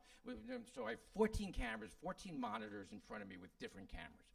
And, someone like him is next to me, and AD, and now I'm relaxing, and I look at a camera, and they were stacked. And I wanted to say camera 7, which had a shot of somebody in the audience I wanted to shoot. And camera 14 was a camera which was being repoed from outside to inside, and was shooting a light up in the ceiling for no reason. And I was looking at camera 7, I said, "Take 14." And he took 14, and it was a shot of the ceiling. And I cannot tell you, when you are doing a live show that big, the sinking feeling like you want to be anyone else in the world. Put me in, I do not want, and everyone just kind of no one said anything. Until we did 6 months later, another Survivor finale, when someone mentioned, you won't be cutting to the ceiling again. I said, no. And then the other one's a quick one, so it was embarrassing for a network. It was the first, I did a Jimmy Kimmel Live the first year when it was actually live. And the first Jimmy Kimmel Live ever, which was 2 hours after the Super Bowl, so a nice way to ease into a show. So it's live. A few people watching. Yeah, few. And so we had a co-host the first season, and it was Snoop Dogg. And Snoop Dogg, so we start the show, and there were like weird things in the show, like a Disney executive puked and right before we were alive. It was a complete mess. So anyway, so when someone says a bad word, they did you see Eminem's performance on the Oscars? Like you couldn't hear it because they kept dropping out the audio because he kept saying those words you're not allowed to say in live TV. Okay, so and I said, Snoop, please don't say anything. Because, I don't know about how well, we haven't done the show, the people, so there were people ready to press buttons. So he goes, no, man, don't worry, it's cool. So it's fine. So Jimmy goes, okay, please welcome, at first, Snoop Dogg. I cut this as a shot of Snoop Dogg, and he goes like this to the camera. And then they miss it, so the next thing after this is an ABC card. Just they cut to a card. So. But he listened to you. He didn't say anything bad. He didn't say anything. That's awesome. Gary, do you have an embarrassing moment? The term "the show must go on" applies to this one. I think it was in '85. I was doing a college sports show called Race for Number One. It was up against ABC's college sports show, and yet we were doing it in an ABC facility for a company called GGP Sports. And I had complained. After hearing from the producers as well to upper management, please give me the same crew twice in a row because I got to work with this crew for 13 weeks. But they didn't give me a backup TD. And I started to get the stomach flu. And the way this show worked, we went out to about 100 plus stations, but everyone had it in a different time slot. So we're doing shows back to back, 4 or 5 shows before lunch, then another 3 or 4 shows. I think the only show that had ever done more shows per day than us was Hee Haw at that time. And so we had about 2 minutes between shows, and the stomach flu started to hit. And I'd go to a tape and then grabbing a bucket and hurling into the thing. And I got to keep going, I'm switching with this hand and, grabbing the bucket with the other and hurling into it. And this goes on until the break between shows. I had 2.5 minutes, run to the can. It was coming out both ends, but the show had to go on. And so if you want to talk embarrassing, that would be it. Another one would be doing a show once where switching on this new effects box called the Rev 4 on a Vital switcher back in the early 80s. And I start the show. Everything goes to black and smoke starts pouring out. The switcher had caught fire. Oh my goodness. And the director leans forward, great guy who's retired now, Kenny says, he leans forward and says, TVCC, go to commercial, control room's on fire. Maintenance comes in laughing, and then they see the smoke billowing out. And everybody in management says, well, that's never going to happen again. So we moved to the new building in '85, brand new, state-of-the-art Grass Valley 300 switcher. Unfortunately, they tried to cut costs by not buying the LED version. They bought the bulb version, and Grass Valley hadn't designed it to handle the voltage in the master EMEM for the bulbs. So I start the show, and switcher catches fire. And then the famous screw loose. That was my favorite. Starting a show at 5 o'clock, there's a 6 o'clock director and TD coming in after me. I hit the cut bar. I hear this sound, and it's like a piano of hitting every source on the switcher. This way, and shit. I try to hit black. I get this half dissolved between 2 cameras. I immediately recognize program preset, and you don't always have a backup plan. So the Grass Valley has great backup stuff. I hit a backup, send it up to the ME, stay off program preset. And the rest of the show is perfect, but I'm not using the main part of the switcher. Next director, a bit of an ego problem. He says, you don't know what you're doing. And I said, don't use program preset. He takes that out of bypass, starts the show, same piano, right across every source. So having switchers fail on you live, that's fun. But it's easier than getting the stomach flu. I do have one. Okay, thank you. James, we're about to open it up for a question and answer from you all. There's a microphone down here, so after James is done speaking, if you guys have any questions for the panel, feel free to form a line on the stairs right there in front of the microphone. I'll do a real short one. I was production manager and line director for John Denver his whole career. And we were in Sweden Where's Tivoli Gardens?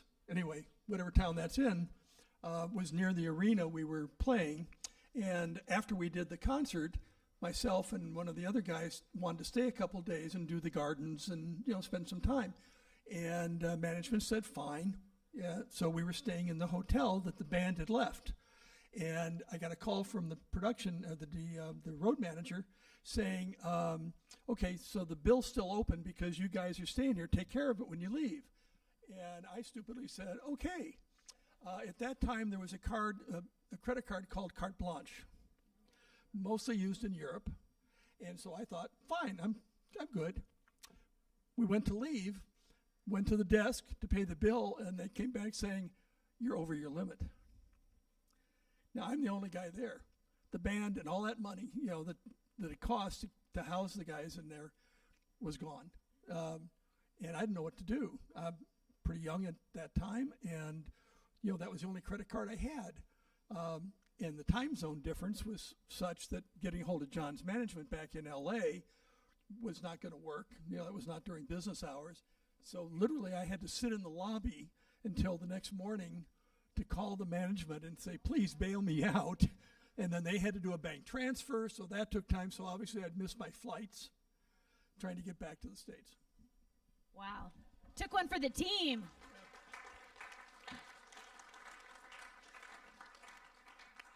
So many stories. We could be here for a long time. Do you guys have any questions?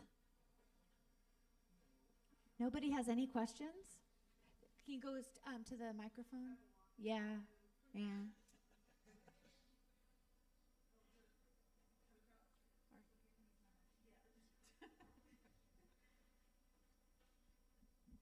Speaking on relationships, this goes for the whole panel. How do you start networking? Does it start at school? Do you go to events?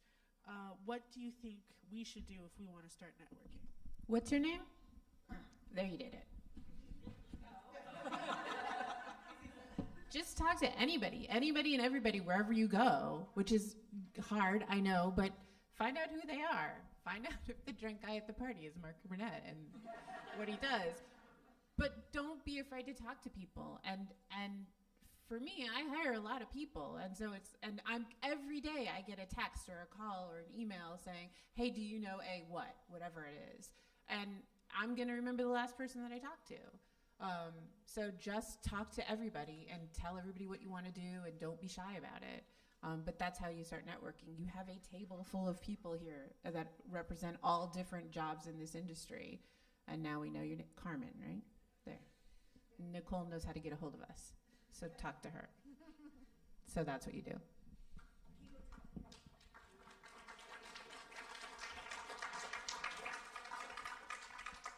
How's it going? So I'm the next sole survivor of probably season 43, 42. Okay. Now, I was wondering what tips you had as far as like a casting director goes in like reality TV shows for like my audition tape and such. Well, never tell me that you're the person that I want. No, I'm just kidding. Be yourself. Be honest. The piece of advice that I give to every single person I interview is, this is going to be a reality show. There's going to be cameras in your face the whole time. You cannot act the whole time. And when it won't work. So just be yourself. Be honest, tell your story. I mean, that's the biggest part of my job is interviewing people and getting their story from them. It's just talk and be yourself. And be willing to know what your limits are and stick with them. But just be yourself and don't try to put yourself into a box. Don't show up trying to be the next Omarosa or I don't know why I picked her, but they may not know her. I know. I'm not like can't think of anybody. But no Omarosa. Just be yourself. Yeah. Like don't try to. The funny thing is, the networks are always going to say, we want the same cast. They have the cast from the previous season or 2 seasons or whatever, and they're going to be, who's our this, who's our that, who's our whatever, and they think they want all of those same people. And our job as casting directors are to bring them interesting characters without really trying to pigeonhole them. So just be yourself. Yeah. And have fun. Don't be afraid. And talk to everyone.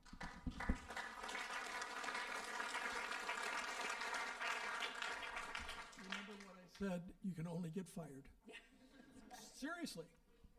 And when you're working a 6-week gig anyway, no big deal.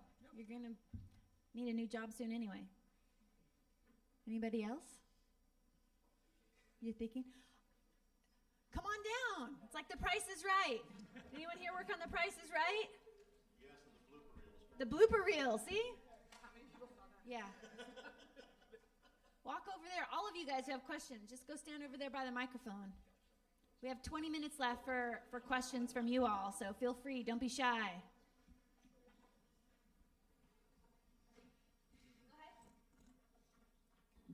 Hey, I'm fairly new when it comes to being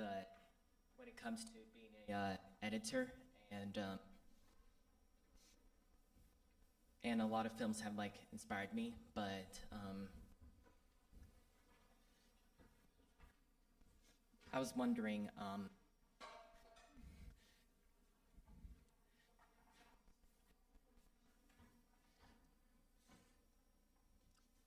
sorry, I'm kind of blinking out. I mean, Do you want to ask how to get into editing, or? well, yeah, not that, but it's just basically if you're like into like your own editing software like Premiere, I've also, and Avid's also pretty good too. I mean, I've been hearing a lot of newer things about DaVinci Resolve, about being a new color correction software. I mean, it has its benefits.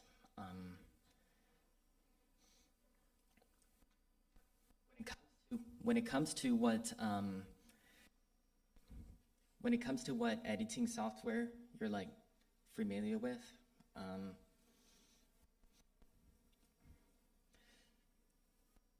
how would you excel when it comes to like being an editor in any field of editor, or would it? Sorry, it keeps cutting out. Or would it be based on what style you have as an editor, instead of just what software do you have to use? Good question. Hi. So I think Premiere is great in the sense that it's very accessible right now. I mean, it's not for free, but is much more affordable than the Avid, which is a more expensive platform. It really depends what you want to do. If you want to be working on your own projects and going more the independent route, then you can stick to Premiere. But if your goal is to try to work more on television or ultimately work on bigger budget things, then you're probably gonna be much better off having some knowledge of the Avid. And the other thing too, people have different routes, and I think that's what makes it both exciting and also kind of daunting to try to get into the industry, because there's no set formula of how you're gonna get any place. You kind of have to forge your own route. But if you wanna try to get a job as an assistant editor, the functions that you need to fulfill in the cutting room are very different from doing everything on your own. So in addition to knowing the platform, is also very valuable to try to get internships or get a glimpse of how a cutting room is run in a professional setting, because it's not going to be solely creative, and there's a lot of organizational skills that you have to learn, and also how to do things that are more technically based versus the creative side. I don't know if I answered your question. Yeah, Avid is a pretty good editing software. I've used it several times, and it's quite an advanced editing software. And Have you taken our Avid editing class yet? I have. I've taken Great. the classes back when it's called FTBM, and but now it's a new thing. It's like media and such. I don't know. Yes. Like, I'm The new name is Film, Television, and Media Arts. Gotcha. There it is. FTMA. Look for it in your catalog in the fall. Yeah. Thank you. You have a follow-up question, or are you good? Oh yeah, just one more.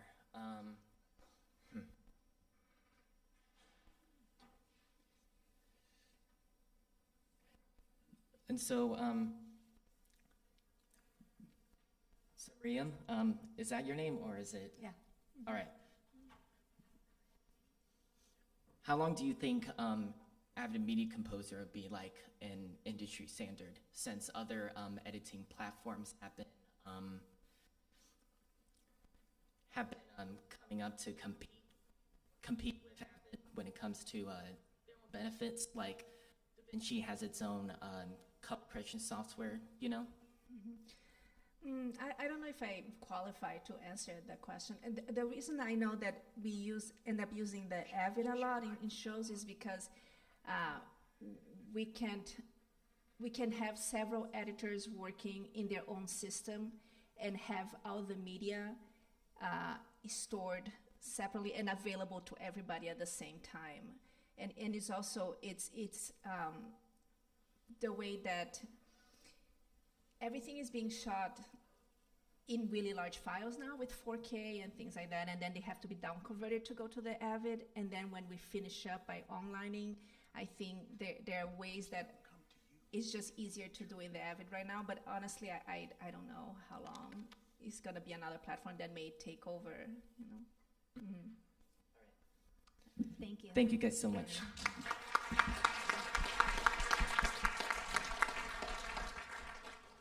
All right, this question is directed to Craig. I feel like it would just be a missed opportunity if I didn't ask this. So I had a lawyer come up to me at the dog park, and he was talking about like photography and different software and everything. And he said that he had a picture of a car accident and then like needed a license plate like decoded. It was like really like faded out. And he was like, "Are you familiar with AMP5?" And I was like, lying. And I was like, "Yeah, of course. I like know so many people who have that." And he's like, with what? AMP5? AMP5. Are you familiar with that? Okay, maybe he was lying. But anyway, he was like, yeah, it's a state of an art, like government only, like $5,000 to use it. And I was like, oh, never mind. I don't. But yeah, so I have this picture and was wondering if I could like maybe show you and you could see if you can Sure. decode it.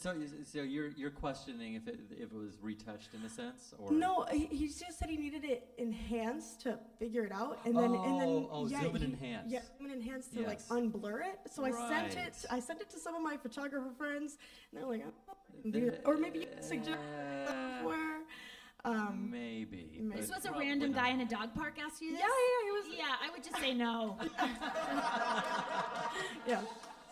So, yeah. No, I mean I could look at it and I could. Can I tell show you now? Well, the thing is this the original file? That's the big question. Right. Because the thing is that if things get compressed, then Right. you lose If it's like a quality. screenshot. But there is a point where you Yeah. just the information's just not there. Yeah, that's funny. Yeah. He got my number. He got my number, and I was like, "Yeah, I sent it in. The results will be Yeah. tomorrow." You got your phone number? Is that what you said? Yeah. You gave him your phone number? Yeah, I go to this dog park every day. Okay. We're good. We're good. Yeah, I could. Yeah. Sure, I'll look at it. Yeah. Dude needs to work on his pickup approach. Of course, he got her number, so. It can be. All right, next You question. guys taking notes? No,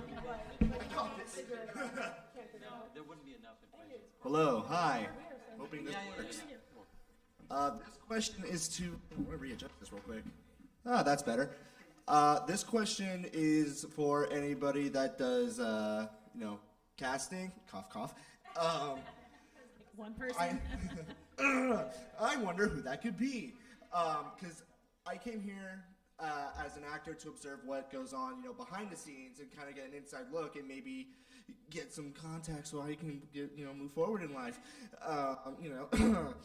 So any tips on that for someone who's trying to, break through and get their foot in the door so they can kick it open and, kick some ass, take some As an actor or reality star? actor or reality star Okay, because he's up for what anything, if? Kelly. Well, you sound like a great personality. I will say this. I didn't go into scripted because I loathe actors. No, I'm just kidding. Just kidding. No, I stumbled into it. I don't know.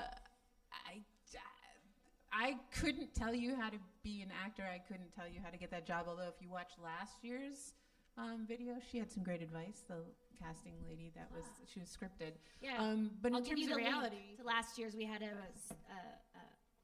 she casts for scripted programs. I don't know a whole lot of people. If acting is your thing, do not go into reality. Don't. I mean, it's so few and far between that somebody that was on a reality show or a lifestyle show gets cast on a scripted show and goes anywhere, because you are now yourself, and unless you could run for president, that could work out. But if you're interested in just being a performer, just being out there, just getting yourself out there, just look for opportunities. Everything I cast, I post on Facebook, Instagram, sometimes Twitter. But just, I'll say the same thing. Just be yourself and look for those opportunities, and try to figure out what you want to do. What kind of show do you want to be on? What's your goal? I mean, I think that's the answer to anybody's question about any career move is, what's your ultimate goal? Do you just want to be on TV? Do you just want the cameras on you, or be in a film with the cameras on you? There's so many opportunities. But if you want to be the next Brad Pitt, or you want to be the next Seth Rogen, talk to our friend at the end, because stand-up's the way to go. But to figure out what your voice is, figure out what your story is, figure out what you're good at, and then look for those opportunities. Because as we know, there's a million different shows on and avenues, television networks, cable networks, YouTube TV, Facebook TV. There's always an opportunity.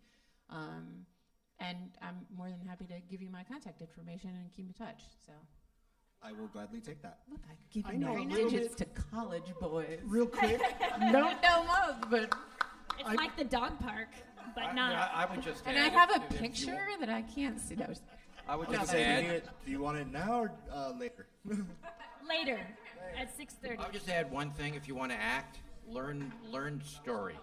If you want to act as an actor, not on a reality show, if you want to act as an actor, learn story. Learn 3 structured story and go deep. Yeah, and also, Because the worst direction I could ever give to an actor is to say, go be yourself. Yeah. I would never, ever do this. If you want to act, go deep. And also, to start out, you need a resume. I don't know if you're familiar with LA Casting, Actors Access. You just get a headshot, start going out on auditions, maybe book something that pays nothing, but at least you build a little resume so that when you see a casting director, you can say, hey, I have this kind of experience. You can start there. I'd like to throw something in there. Tomorrow, I believe it's tomorrow. This is my producing and directing class. We're casting tomorrow, right? We're casting tomorrow, 10:30 to 11:45 in Communication Building, room 122, open casting. If you want to be in short film, start building your reel, come visit us tomorrow. See? That's how it works. You throw it out in the universe, start getting feedback. Hi, guys. My name's Jess. First things first, thank you guys for sharing all of your wisdom. I think it's really awesome that you're here.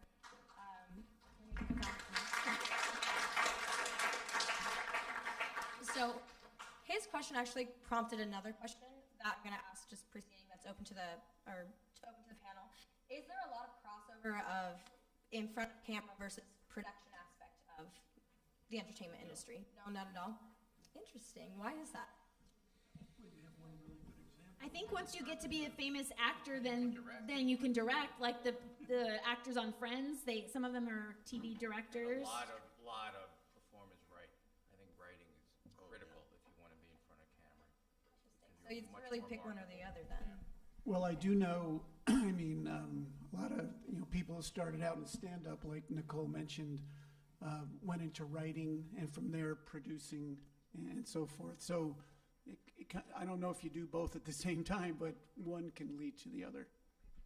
And then my other question is in regards to some statements you were saying earlier. There were more like passing comments about iPhones and how we can make movies just immediately, which is really fascinating to me, and I wanted to ask, how do you feel that modern technology and social media has impacted the industry? And that also being said, when kind of casting and hiring, how much effort or how much consideration of a degree goes into that, or is it more vocational and skill-based? I want to answer that one. I have a master's degree, MFA from UCLA. Never, ever got me a job. No, your degree is not going to get it. What your knowledge is that you got from those degrees will get you a job, but never the degree itself.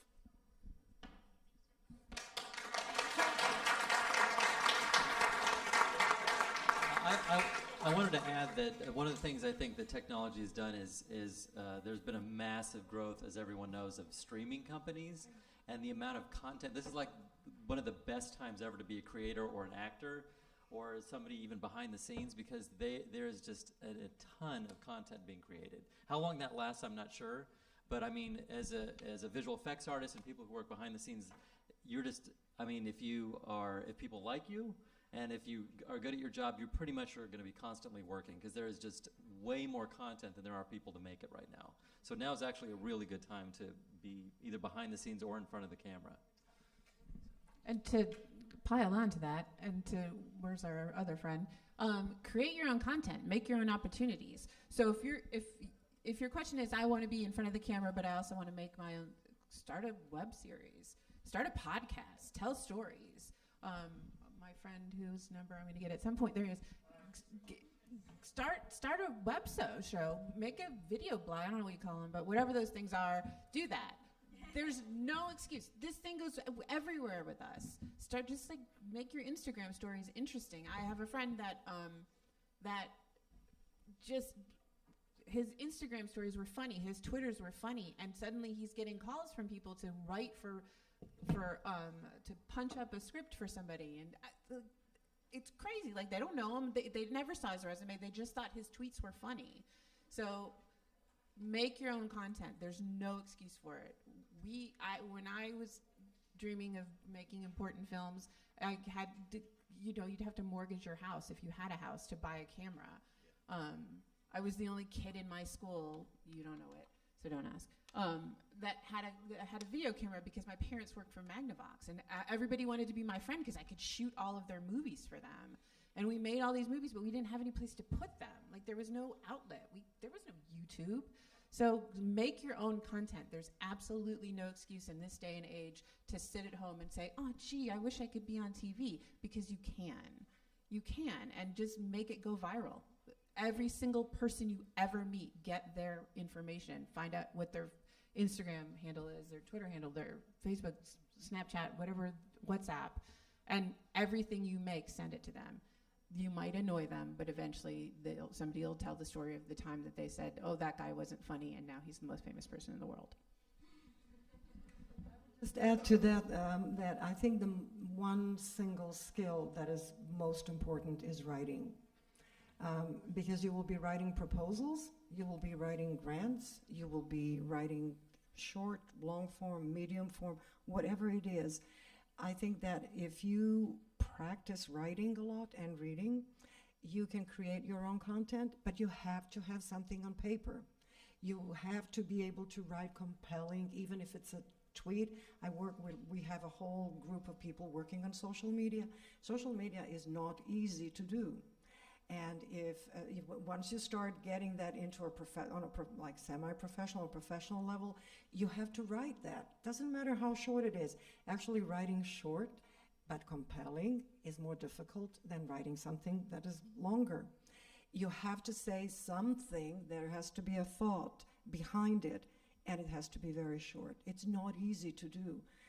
So I think that writing a log line synopsis, practicing writing anything, doesn't matter what it is. You can just retell the show that you have seen, and then just try to replicate that and create your own story in that same format.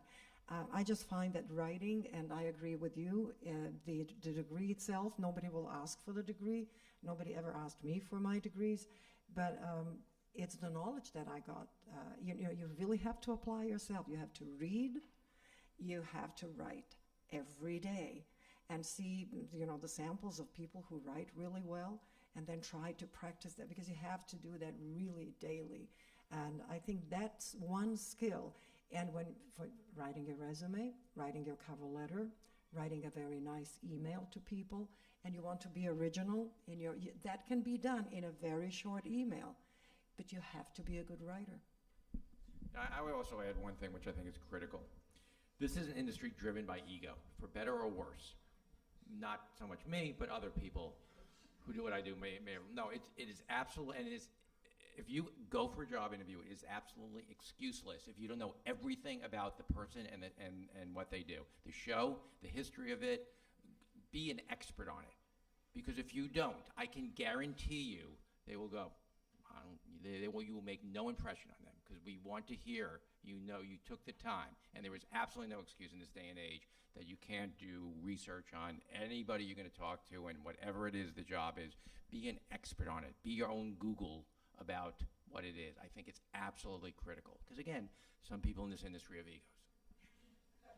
Thank you very much.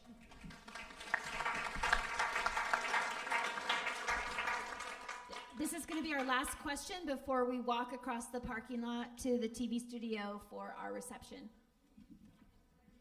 Hi, my name is Danielle. This question is mostly for Craig. Oh, sorry.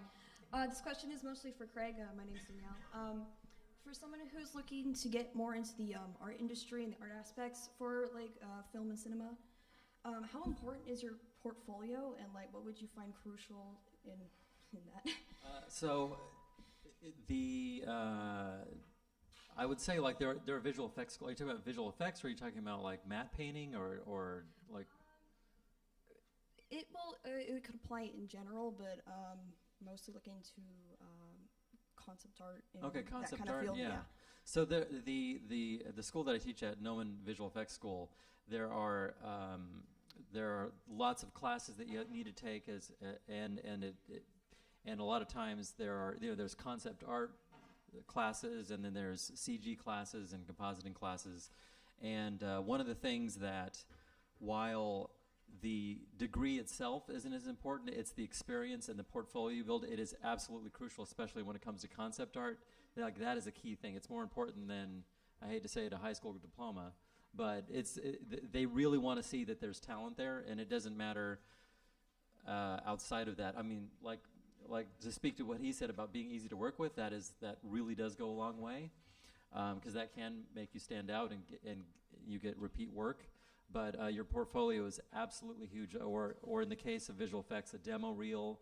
And the thing is, outside of having a job already doing that, it's very difficult to get quality footage, and because people will know obviously if it's something that's been broadcast or not. So the CG artists are at a huge advantage because they create everything.